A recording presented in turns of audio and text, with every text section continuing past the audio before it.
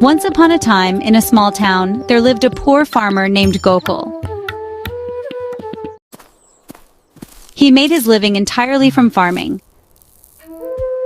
Gokul had a kind heart, and before starting anything, he always said a prayer to Lord Ganesha. Every year during Ganesh Chaturthi, the whole town celebrated with lots of excitement. People decorated big tents and set up large statues.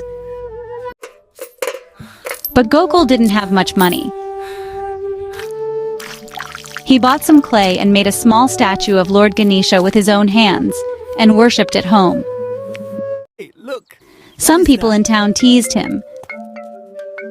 "Hey Gokul, if you pray to such a tiny statue, how will God bless you? God likes big celebrations." Gokul just smiled and said, "God isn't impressed by fancy things, but by a true and honest heart." One year, a terrible drought hit the town. The crops dried up, and even the well was almost empty. All the farmers were worried. Still, the wealthy farmers and shopkeepers used their savings to set up big statues of Ganesha, built huge tents, and held grand celebrations. But nothing changed.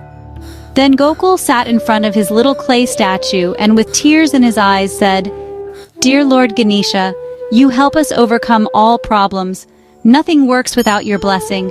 Please send us rain, or our town will be ruined."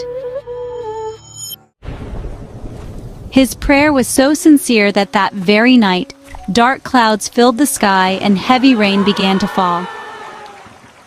In just a few days, the fields turned green again, and the wells were full. The townspeople were amazed.